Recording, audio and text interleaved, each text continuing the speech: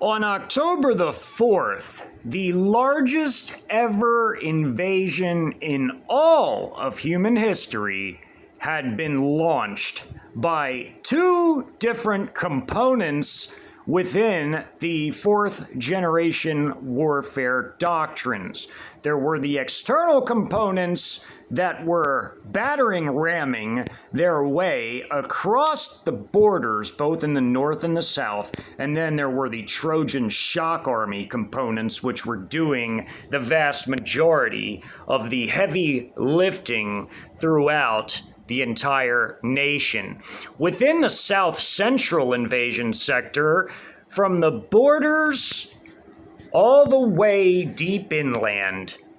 the Trojan shock forces were on the move all throughout the land, conducting the majority of the heavy lifting, whereby the external components that were coming across the borders would race deep inland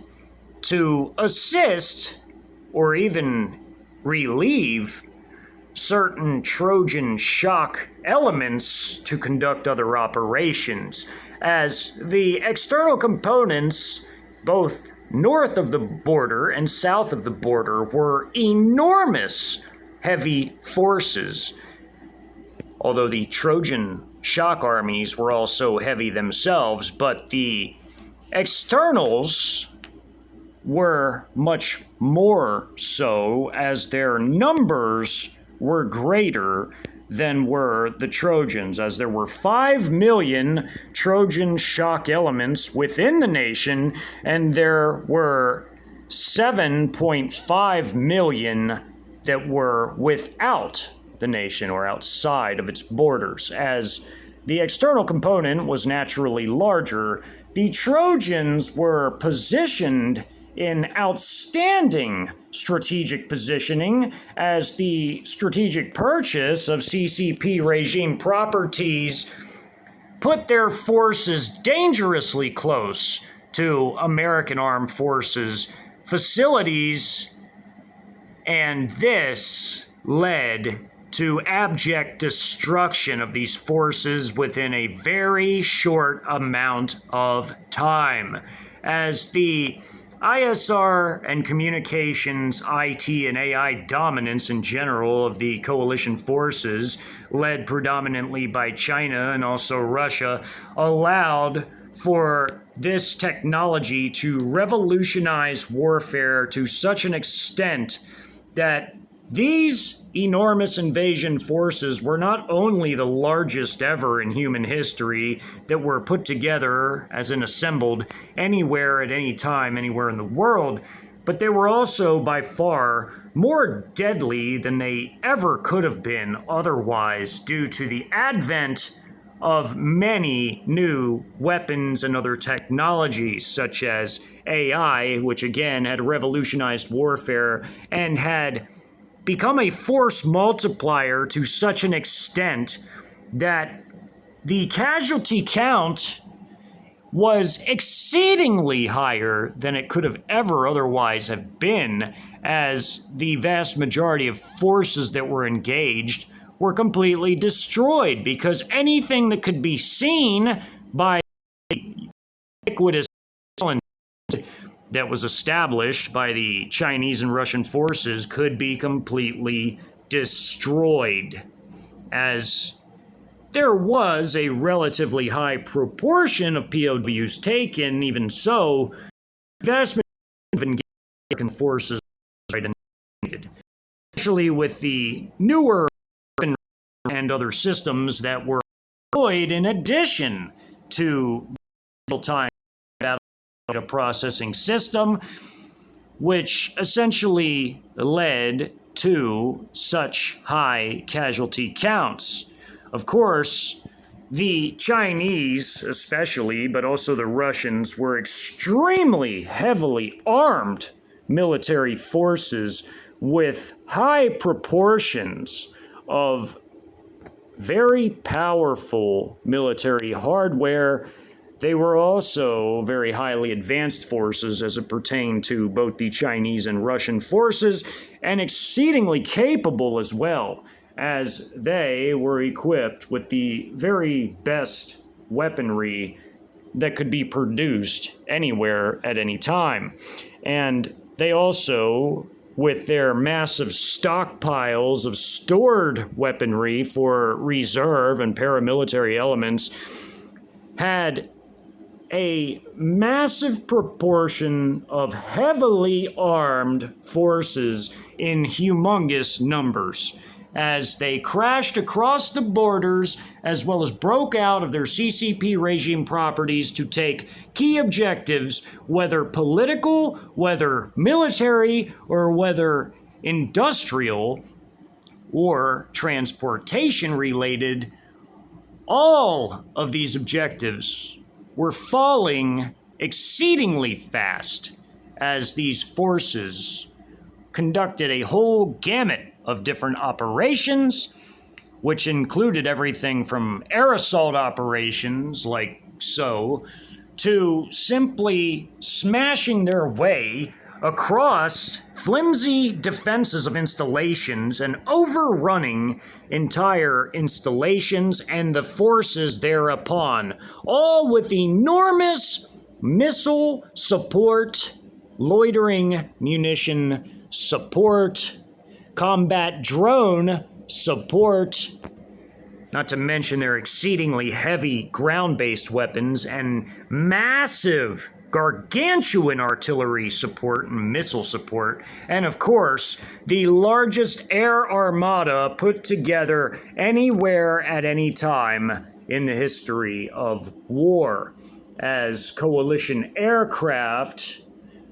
annihilated targets such as this JH-7 buzzing the battlefield after conducting a dive attack with free-fall munitions, dropping several thousand pounds of heavy ordnance in the near distance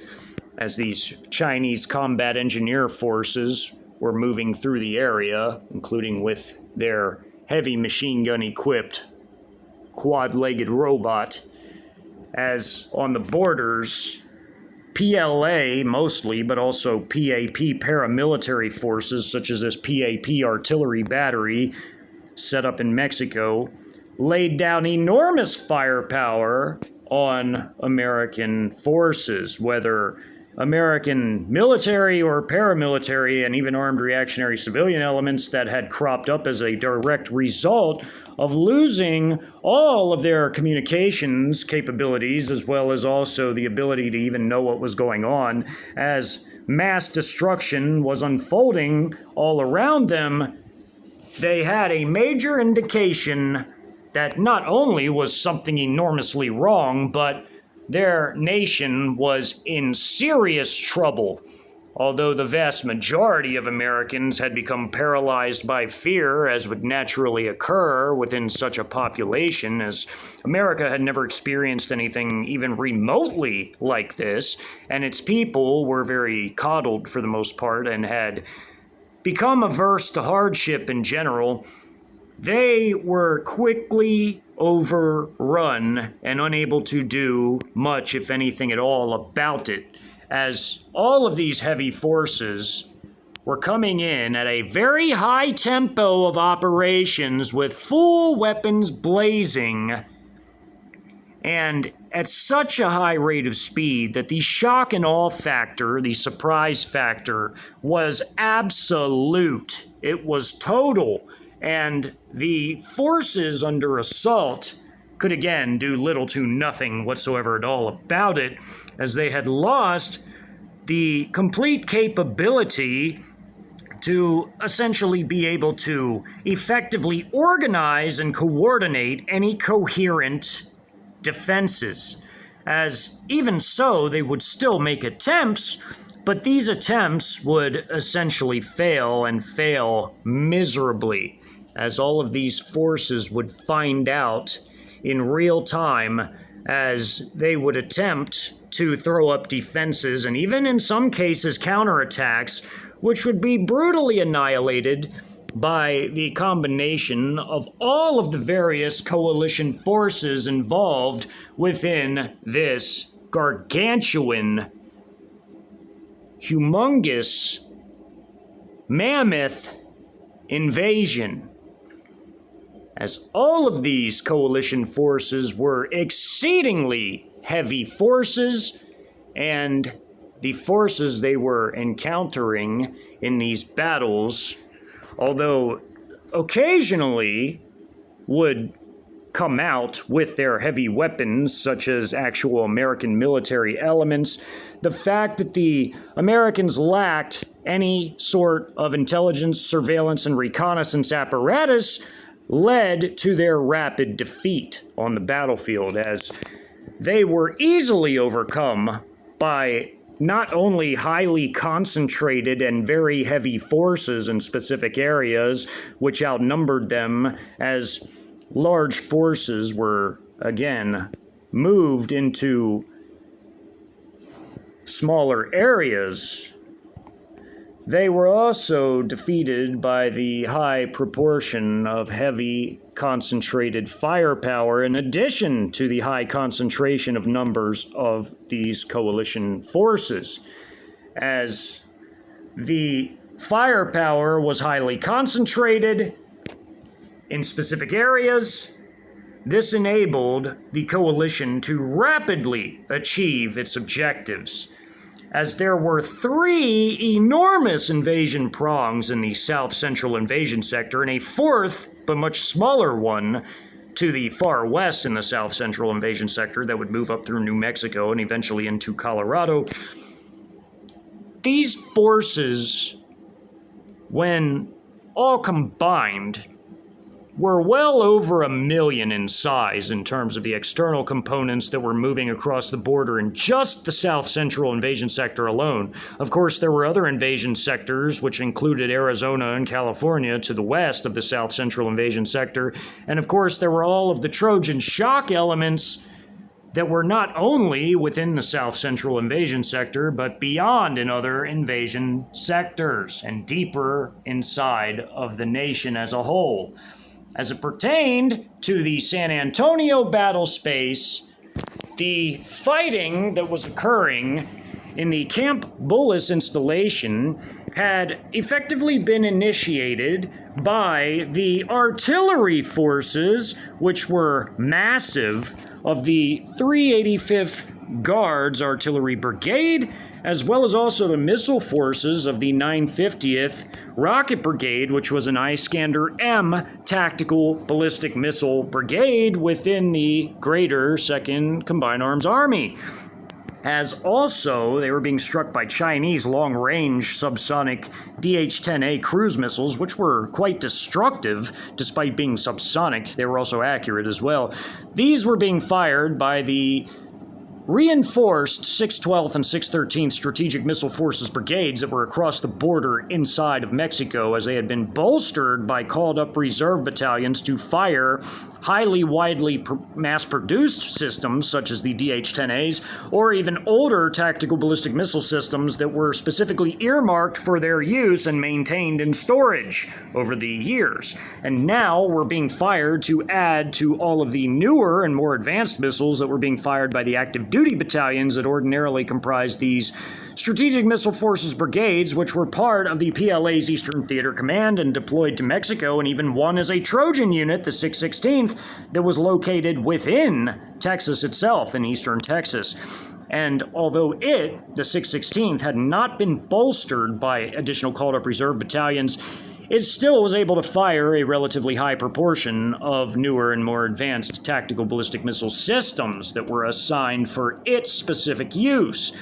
The artillery forces, including even Serbian artillery, firing their Nora B 152mm self-propelled howitzers, as there was also the Nora B-52, which was a 155mm version of this system. The Nora B was the standard 152mm version that equipped the Serbian Army's 1st Brigade's self-propelled artillery battalion, as the Russian artillery forces were equipped with their self-propelled 2S-19 MSTA howitzers that equipped their howitzer battalions within the 385th Guards Artillery Brigade and the single howitzer battalion within the 30th Motor Rifle Brigade.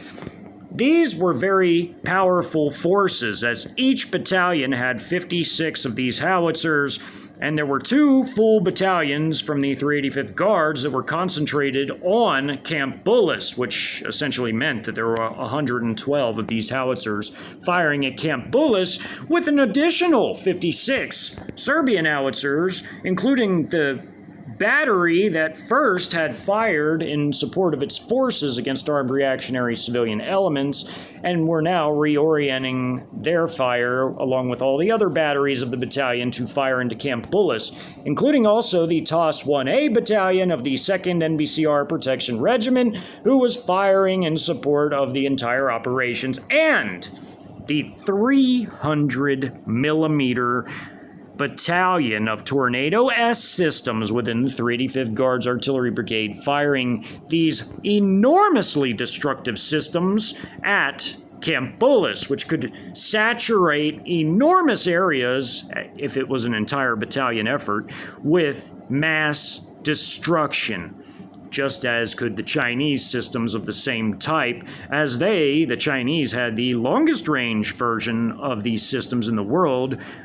which were the A300, but they also had their older PHLO-3 systems, which equipped Chinese reserve forces, which were equally as destructive as any other 300mm system, but did not have the range of the A300. But the PHLO-3 and the Russian Tornado S were massively destructive, just as was the A300, and the Tornado S was raining down absolute annihilation on Camp Bullis at the opening of the battle, just as the Spetsnaz were the first troops to initiate the ground combat itself, when they had flown in to the combat air landing strip with their first company that was shuttled in to seize control of the airstrip and killing 2 birds with 1 stone, as the saying goes, also wiping out the brigade's command elements through either destruction or capture, which they managed to do both, as they had wiped out some of the personnel that had resisted at first and destroyed all their vehicles, including in their ad hoc motor pool, and all of their security vehicles, such as their up-armored Humvee gun trucks, as well as their MRAPs, their Max Pro MRAPs, which were destroyed by a combination of 23mm nose cannon fire from these gunships, as well as also Ataka ATGM fires, as well as also wiping out elements of Charlie Company of the 898th Engineering Battalion within the 81st Stryker Brigade, as well as also Delta Company, which was the military intelligence,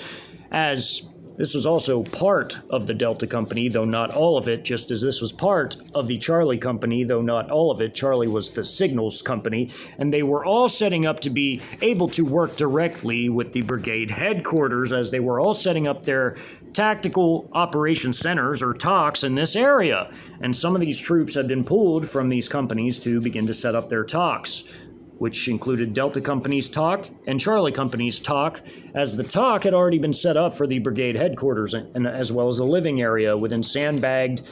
locations with portable buildings with highly sensitive communications and other equipment located within. And all of this had been overrun in very short order by the Russian Spetsnaz forces, who had conducted their air assault operations into this installation, as the first company to be dropped off of the Russian Spetsnaz forces had fast roped into the area, and for a very short time, as it only took 14 minutes, literally a minute shy of 15 minutes, to conduct this entire operation of securing the airstrip, as it was all done very fast. From the moment these helos flew low, treetop level, and hugged the ground and came over the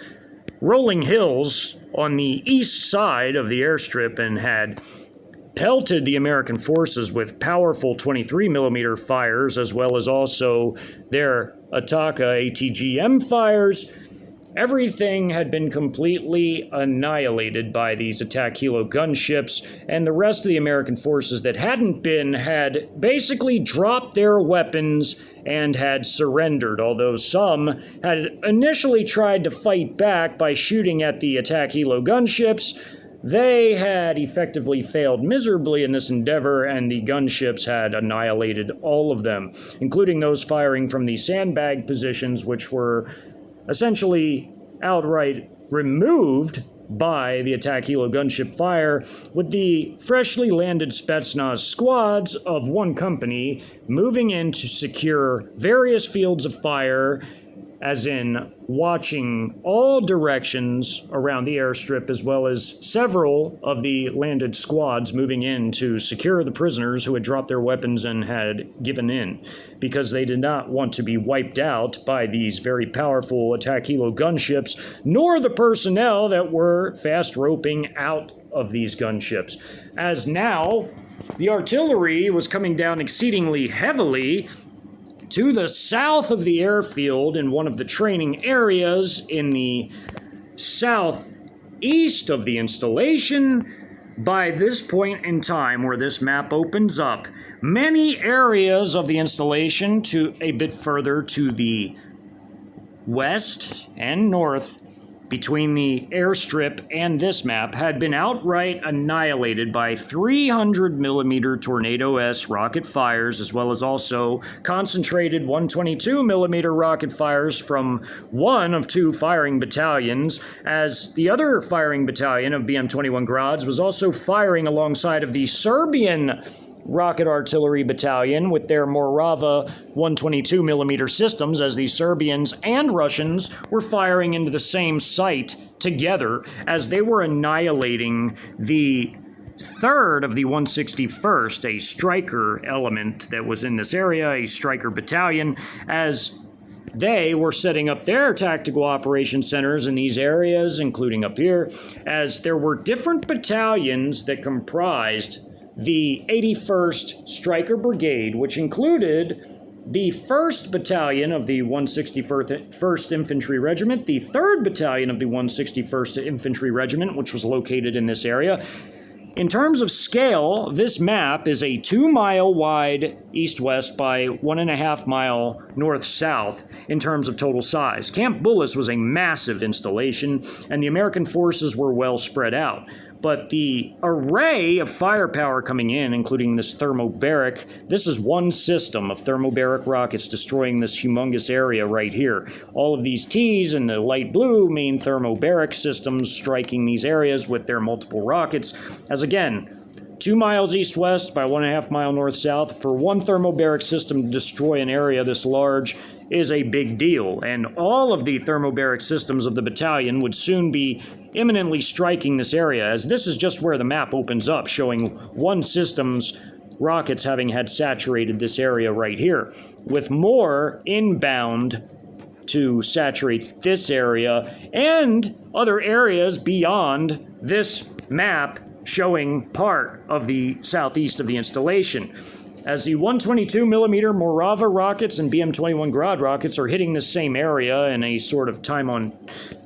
target technique, there are also these shell icons of 152mm shells blasting in this area as well, as these X's or the circles around them are the imminent strike icons for the 152mm strikes coming in from the dark blue being the Serbian Nora Bs, and the light blue being from the Russian 2S-19 MSTA self-propelled systems. As the rockets are striking this area as well as off the map, there's more area being destroyed by 122mm fires. Other firing batteries of these battalions of 122mm rockets are firing into other areas alongside of the 300mm strikes and other thermobaric strikes. This is only one area of a large installation, and it is being savagely hit by all of these different artillery systems, and 4 of the half squadron of the JH-7 strike aircraft, as there were 2 more aircraft in addition to these 4, as it was a full half squadron of 6 total aircraft, were about to drop their 120,000 pounds of combined ordnance between all the aircraft onto American targets, as again, The HHC, which had already been captured and partly destroyed, was the brigade headquarters over the entire brigade of the 81st Stryker, and there was also the 1st Battalion of the 161st Infantry Regiment. There was the 3rd Battalion of the 161st Infantry Regiment, which was pictured in this map. There is also the 1st Battalion of the 185th Infantry Regiment, and there is the 1st Squadron of the 82nd Cav Regiment, as there's also the 2nd Battalion of the 146th Artillery Regiment, which was the 2nd Battalion. The 2nd of the 146th was the entire artillery force of the 81st Stryker. There was the 181st Brigade Support Battalion, which included its own forces as well as its forward deployed elements that were attached to all of these other combat battalions that needed support entities to assist them in their logistical efforts, as the 181st Brigade Support Battalion consisted of its HHC, or its Headquarters of Headquarters Company, its Alpha Company, Bravo, Charlie, Delta, Echo, Foxtrot, Golf, Hotel, and India companies, with Delta Company through India Company being the forward support companies that were attached to all of the combat battalions that were basically attached to them. As the rest, the Alpha Company was the supply and transport company, the maintenance company was Bravo Company, the medical company was Charlie, and again, Delta through India were all of the forward support companies that were attached to all the combat battalions. As the headquarters of Headquarters Company over the 181st Brigade Support Battalion was also, along with Alpha through Charlie, its own entity. It had, again, its Delta through India companies basically attached to all the other combat battalions that were not basically support elements like the 181st was, as the 1st Battalion of the 161st, 3rd of the 161st, 1st of the 185th, 1st Squadron of the 82nd Cav, and the 2nd Battalion of the 146th were all of the combat forces of the of the 81st, the 81st Stryker. And of course, there was also the 898th Brigade Engineering Battalion, which also had two companies that were combat forces of combat engineers, the Alpha and Bravo, but the headquarters company, it's Charlie and Delta Company, because Charlie was signals and Delta was military intel, were not combat forces. And the Charlie and Delta had portions of its forces that had already essentially been overrun when they were trying to establish their TOCs, or Tactical Operations Centers. As this was the third shuttle operation of the Spetsnaz forces, before this map had even opened up, they had already conducted their second shuttle operation with the second company out of 3, and they had already brought them in and had effectively landed them directly east on the installation.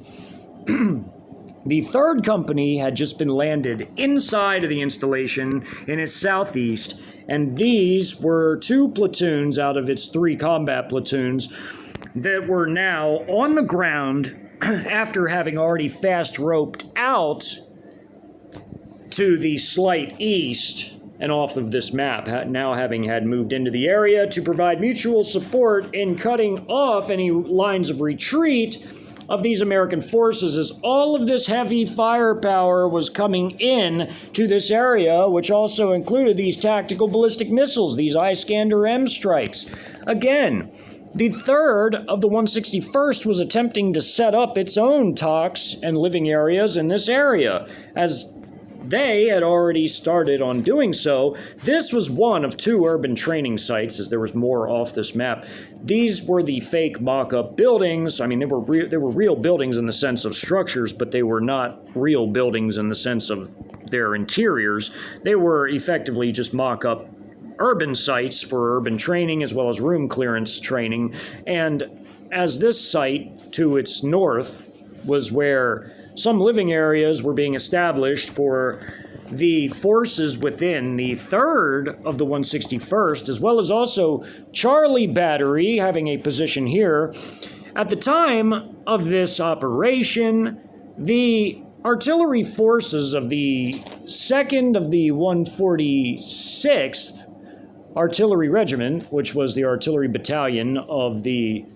81st Stryker Brigade, were undergoing a transition between their self-propelled M109A6 Paladin howitzers, which were 155 howitzers, to the 155 M777 howitzers. So all of their firing batteries, minus one, had by now transitioned into the M777s, leaving one battery that still was equipped with the M109A6 Paladins at the time of this battle, at the time of this invasion.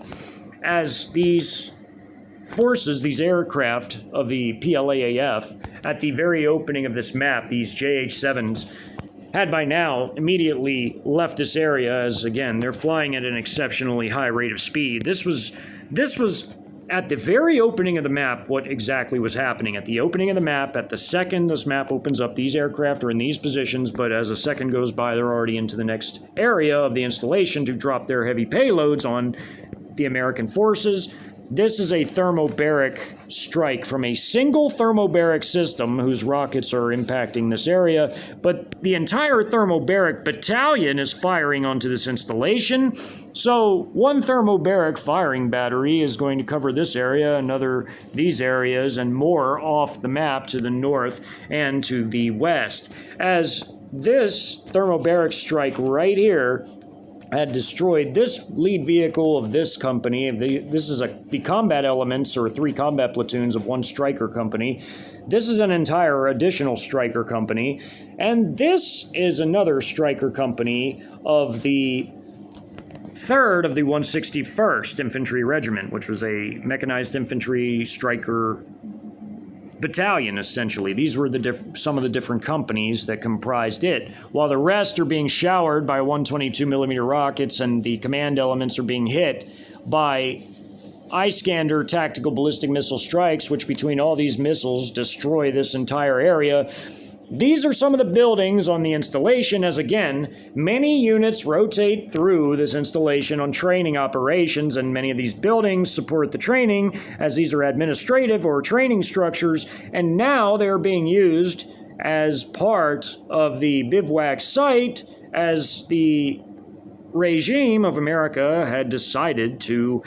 utilize Camp Bullis as a bivouac site for the 81st Stryker in San Antonio because it would save them money. They wouldn't have to get hotels like they would in other cities. But the intelligence had already been gathered by the PLA and also Russian army about this, so they knew that this heavy American force, as far as being the heaviest force in the San Antonio map, was gathering in this area, as 81st Stryker Brigade Combat Team was, in fact, the heaviest American forces on this entire map, as all the other forces were Air Force personnel and also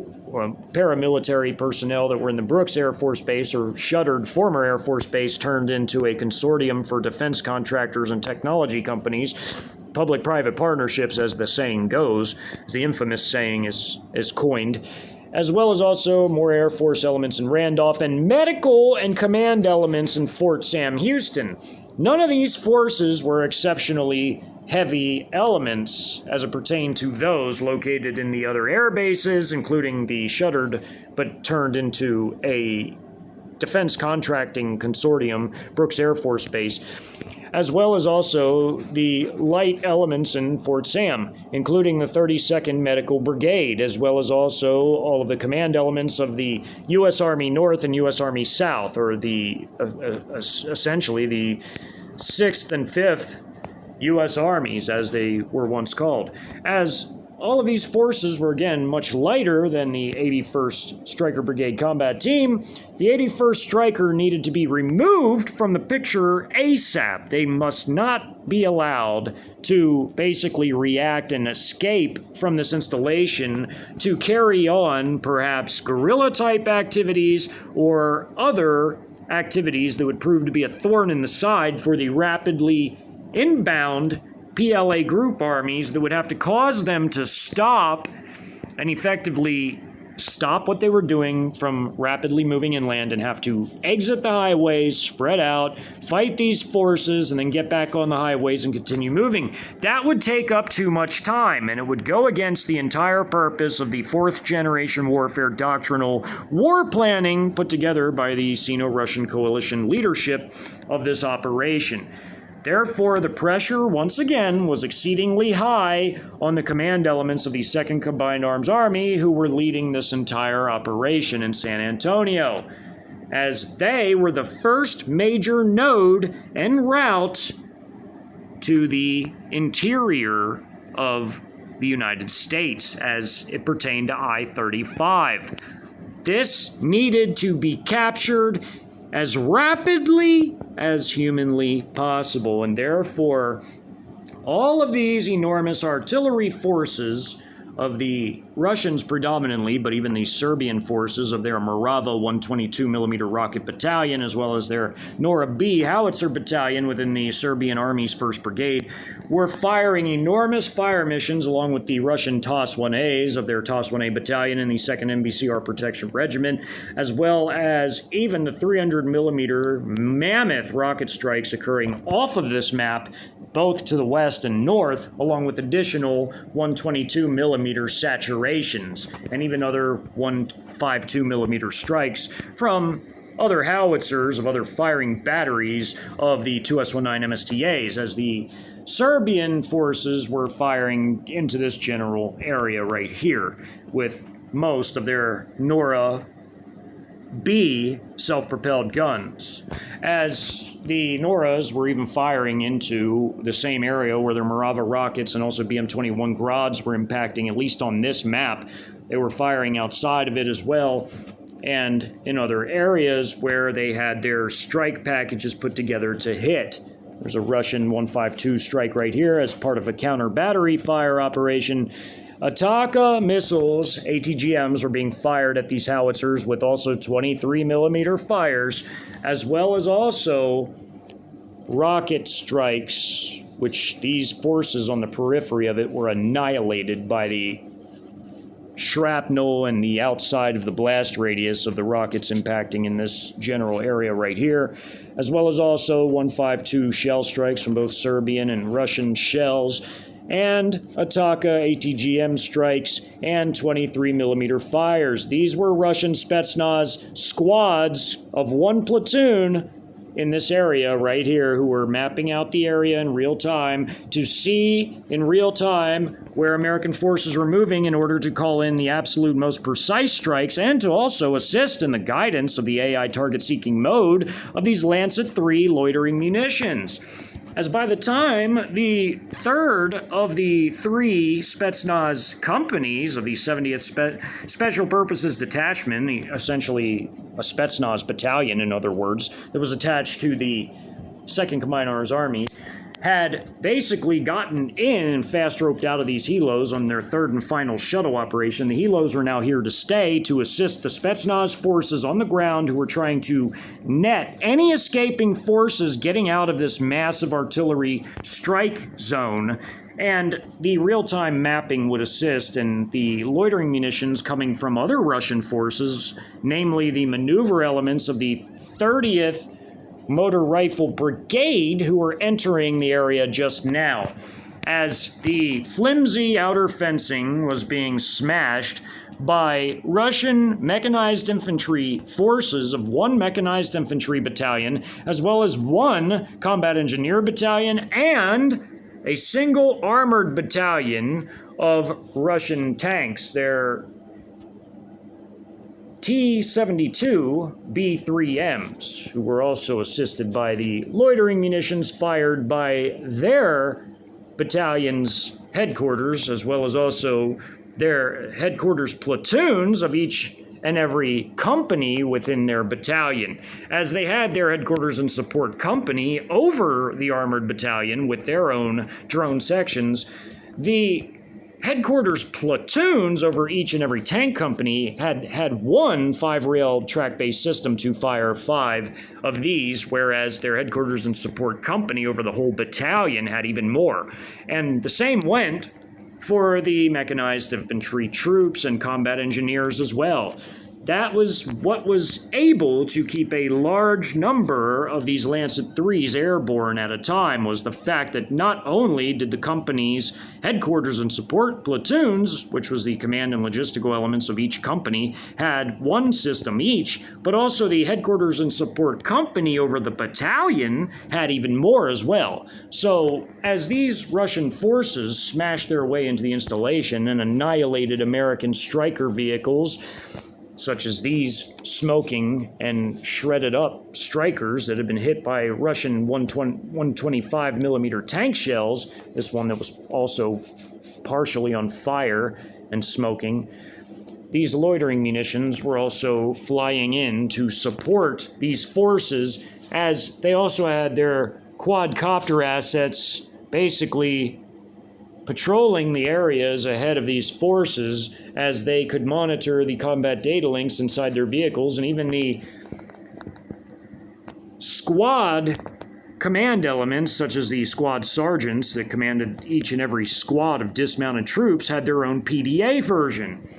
And they could utilize that to see where all friendly and enemy forces were, as the quadcopter assets in real time plotted all the positions of everything they saw, friendly or otherwise. As the PDA forms of the combat data links also served as a transponder or a beacon to show the rough location of the dismounted troops, so that anyone operating vehicles or in aircraft or helos or artillery forces could know what areas to avoid based on the AI real-time battlefield data processing system,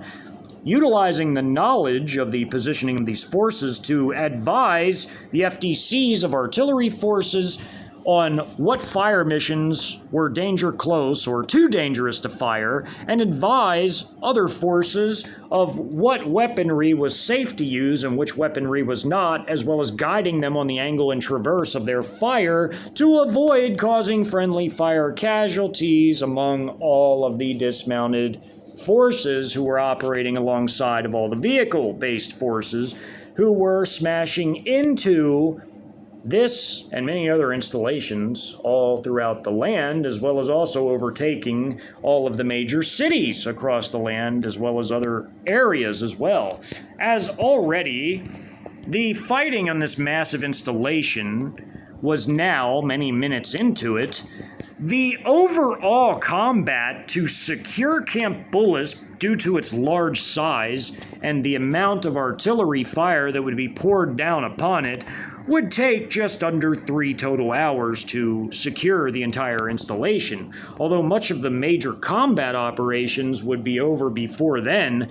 the artillery fire would go on for some time, as would even the tactical ballistic missile strikes and cruise missile strikes, such as this Chinese DH-10A passing through the area en route to hit another target elsewhere. Again, this was an enormous installation. It was even surrounded by an enormous forested area as well on the periphery of the actual installation proper, which was part of the maneuver grounds,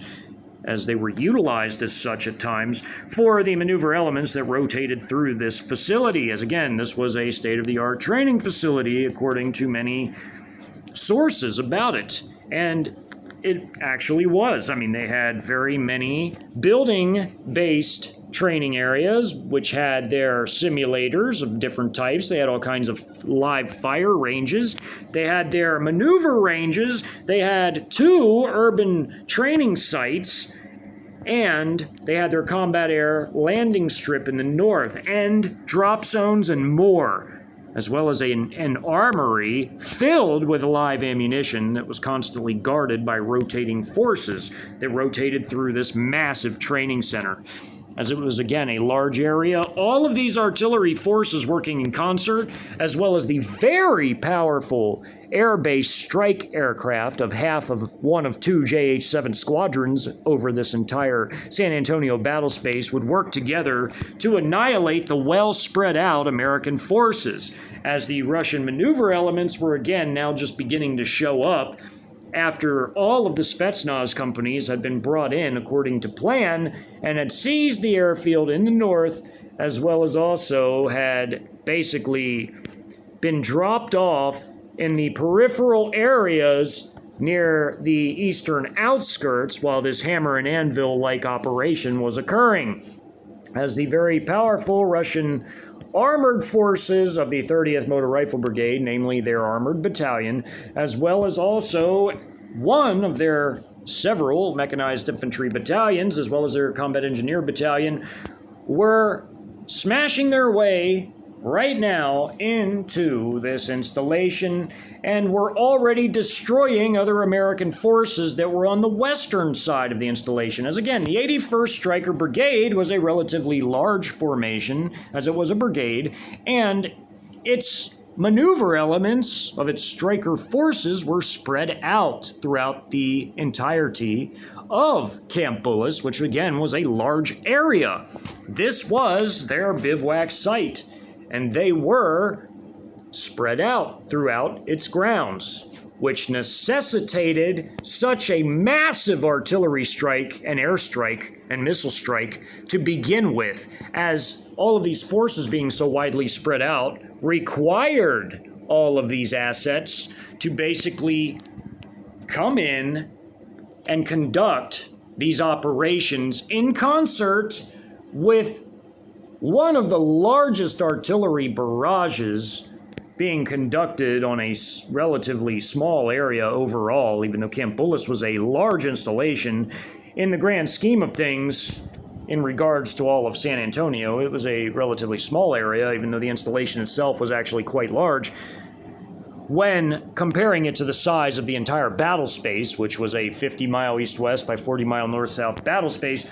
it was small by comparison to the whole area, but as an installation, it was quite large for maneuver forces. And thus, the artillery forces of the entire 385th Guards Artillery Brigade,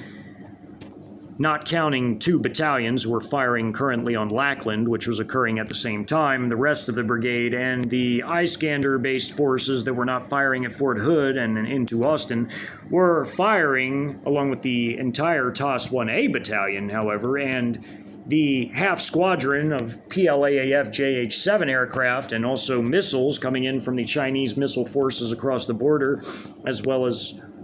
more, were striking this massive installation, including the 300mm battalion of the Tornado S systems, which were laying waste to an enormous area to the west and slightly north of this particular map, along with the 122mm concentrated rocket fires from the 2 Russian BM-21 Grad battalions and the single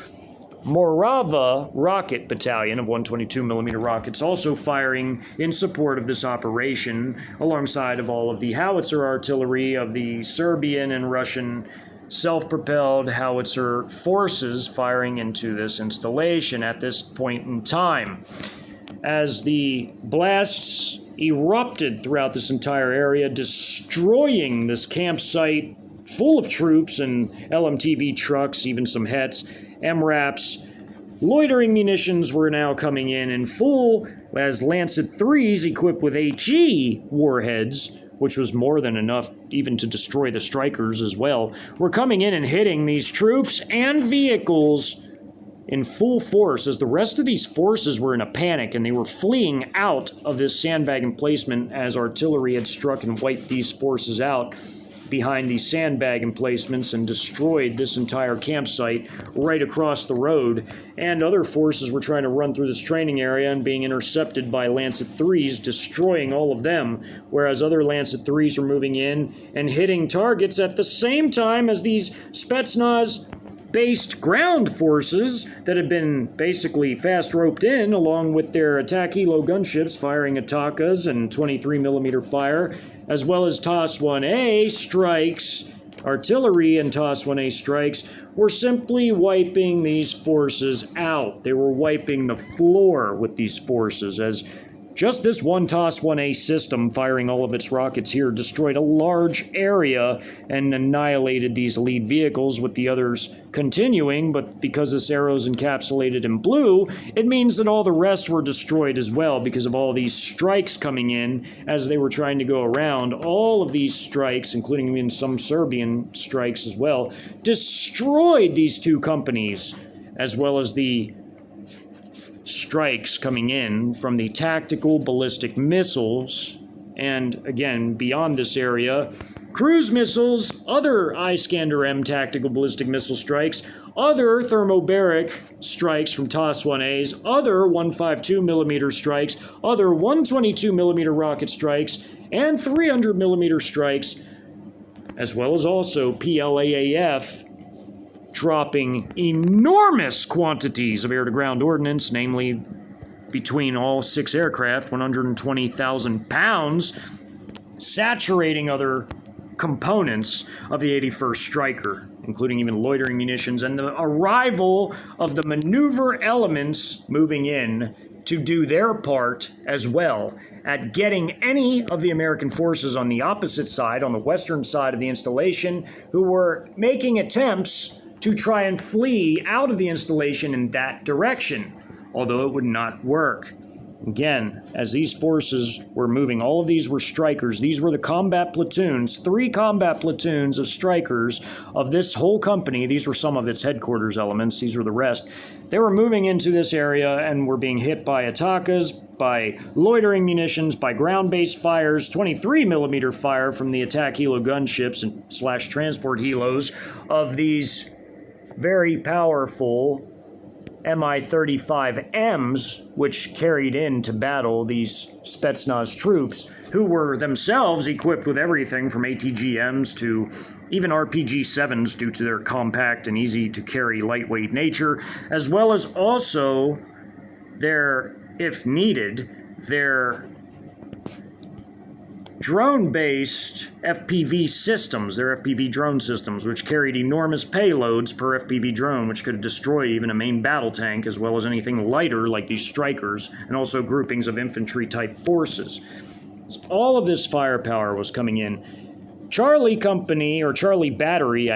was wiped out. This artillery battery was part of Charlie Battery. The rest was underneath this 122mm rocket barrage fired by a Serbian Morava battery and a Russian BM-21 Grad battery, which also was destroying more off-map. As again,